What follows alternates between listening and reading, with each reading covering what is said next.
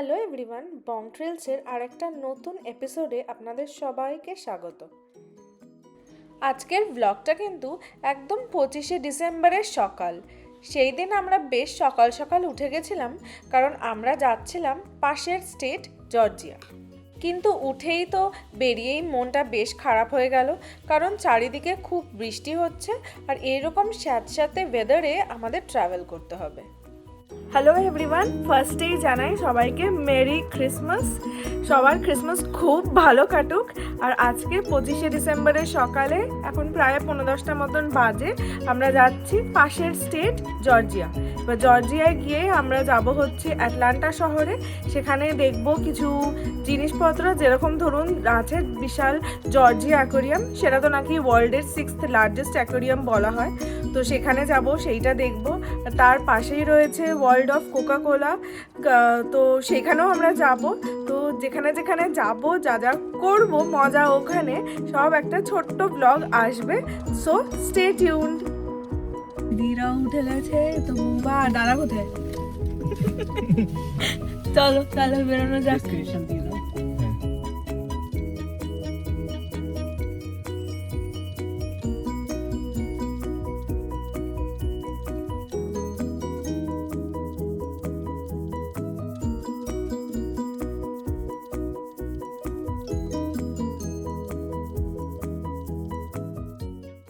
আমাদের বাড়ি থেকে আটলান্টা যেতে লাগবে প্রায় ধরুন ওই 5.5 ঘন্টা মতন।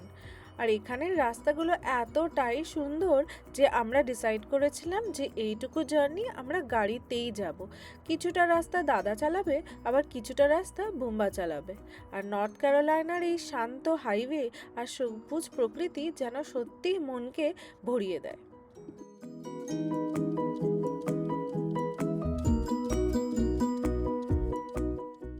এবার এতক্ষণের রাস্তা তো আর একটানা চালানো যায় না, তাই আমরা মাঝে মাঝে একটু আধটু ব্রেকও নিয়ে নিচ্ছিলাম। আর সেই ফাঁকে প্রথম ব্রেকেই আমরা খাচ্ছিলাম একটু কেক আর চা।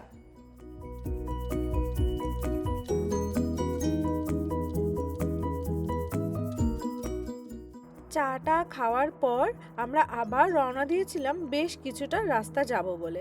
আর তারপরেই নিয়েছিলাম আমাদের সেকেন্ড স্টপ। সেখানেই দাঁড়িয়ে আমরা দুপুরের লাঞ্চটা সেরে নিয়েছিলাম।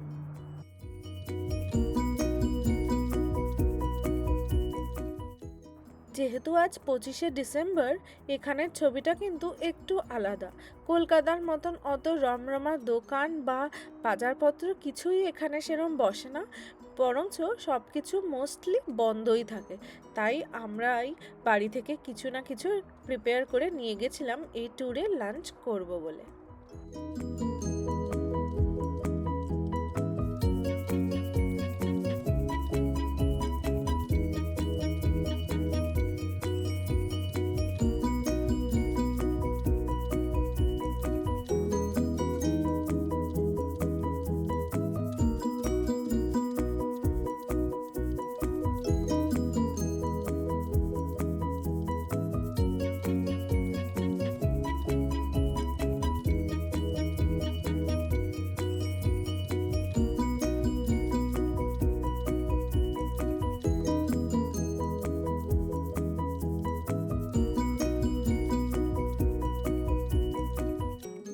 আটলান্টার স্কাইলাইনটা দেখলে মনে হচ্ছিল যেন উঁচু উঁচু বিল্ডিং আকাশ ছোঁয়ার স্বপ্ন নিয়ে দাঁড়িয়ে রয়েছে।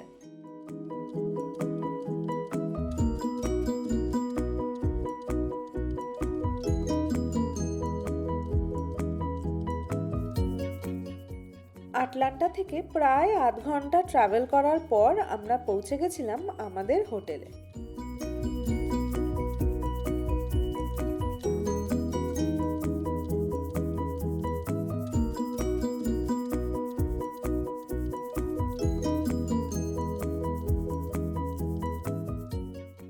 আটলান্টার ডাউনটাউন থেকে হোটেলটা বেশ খানিকটা দূর হলেও তাও কিন্তু তার ম্যানেজমেন্ট অ্যান্ড ফেসিলিটি খুবই ভালো ছিল।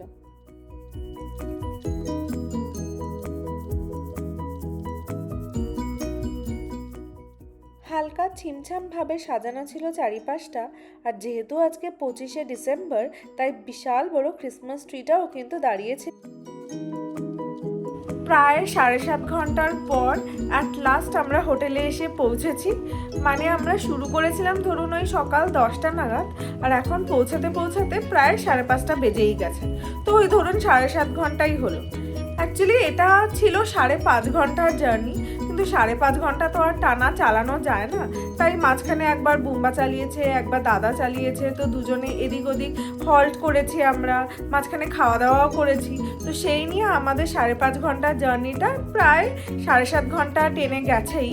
তো অ্যাট লাস্ট আমরা হোটেলে ঢুকেছি, আর হোটেলে ঢুকতেই হোটেলের যে ঘরটা আমরা পেয়েছি সেটা আমার সত্যি খুব পছন্দ হয়েছে। মানে ছোট্টখাট্টো একটা রুম, বাট খুব ওয়েল ফার্নিশড। চলুন সেই ঘরটার একটা ছোট্ট ট্যুর আপনাদেরকে দিই। হোটেলটার এখান দিয়ে ঢুকতেই প্রথমে রয়েছে ওয়াশরুম, আর ওয়াশরুম আর কিছুই দেখাচ্ছে না। আর এইটা রয়েছে বেসেন্টার আয়নাটা তো আমার ভীষণ পছন্দ হয়েছে। প্লাস এখানে আবার হেয়ার ড্রায়ারও রয়েছে চুল শুকানোর জন্য।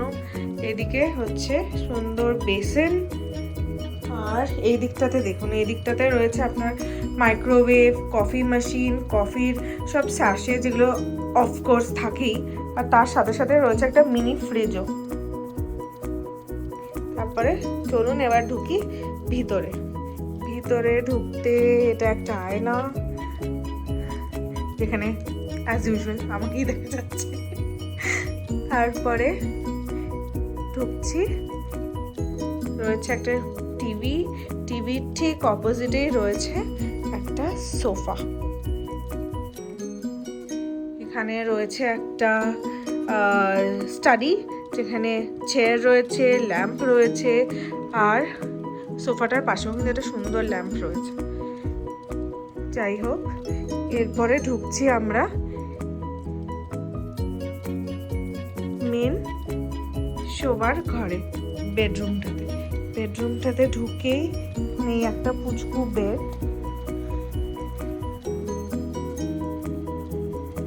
তার সাথেই রয়েছে একটা লাগোয়া জানলা।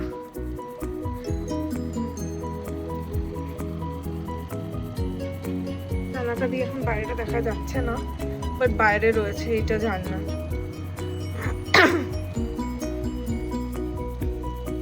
আর অপোজিটেই রয়েছে একটা সোফা, যেখানে আমরা ব্যাগ রেখেছি, আর একটা টিভি। দুটো টিভি, মানে বেডরুমে একটা টিভি আর বাইরে একটা টিভি। আর এখানে আবার একটা,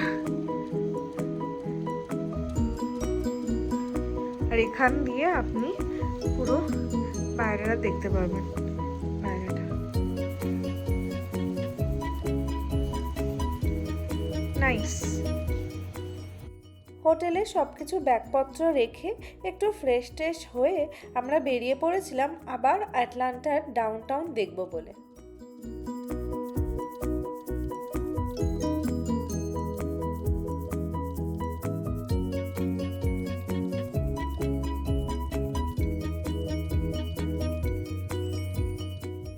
তখন প্রায় রাত 8:30-9টা মতন বাজে, কিন্তু ডাউনটাউনে যেতে গিয়ে দেখলাম চারিপাশটা একেবারেই ফাঁকা ফাঁকা, লোকজন প্রায় অলমোস্ট নেই বলতে পারেন। আর অনেক দোকানপাট না বন্ধ, কারণ এটা 25শে ডিসেম্বর, আর 25শে ডিসেম্বর এই ইউএসএতে কিন্তু মোস্টলি অনেক দোকানপাটই বন্ধ থাকে। এটা মোটেই একেবারে কলকাতার মতন নয়, যেখানে 25শে ডিসেম্বর মানে জাঁকজমক, লাইট, লোকে লোকারণ্য হয়ে থাকে। এখানে কিন্তু একেবারেই উল্টো ব্যাপারটা। আটলান্টার রাস্তায় যেমন টুপটাপ আস্তে আস্তে চলা ঘোড়ার গাড়ি দেখে অবাক হয়েছিলাম, তার থেকেও বেশি অবাক হয়েছিলাম ড্রাইভারলেস কার দেখতে পেয়ে।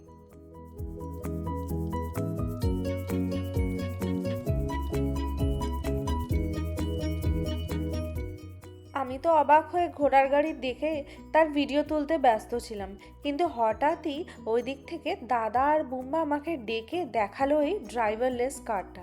স্টিয়ারিং আছে, গাড়ি চলছে, কিন্তু তাতে ড্রাইভার নেই, একা একাই সেই গাড়ি চলছে, আর সেই গাড়িতে আবার লোকও উঠে গাড়ি চড়ছে।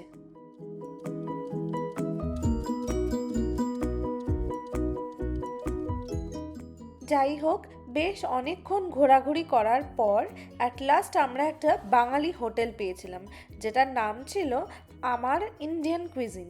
তাই এইখানেই আমরা ঢুকে পড়েছিলাম আজকের রাতের ডিনারটা সারবো বলে।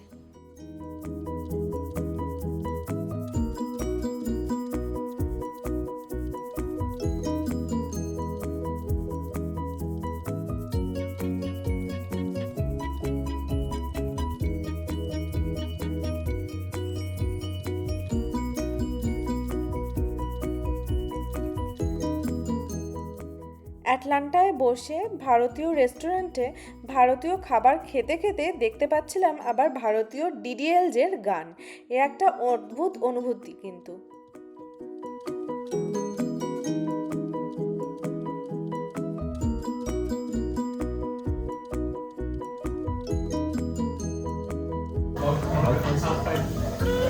সবাই পেশাই করে দিয়েছে।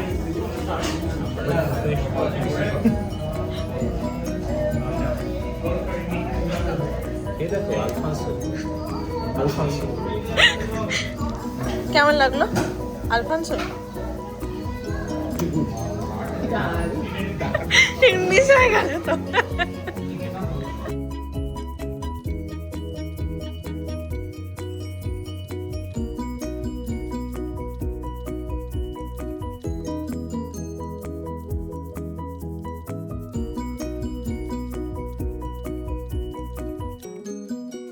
খাবারগুলো কিন্তু বেশ ভালোই ছিল খেতে।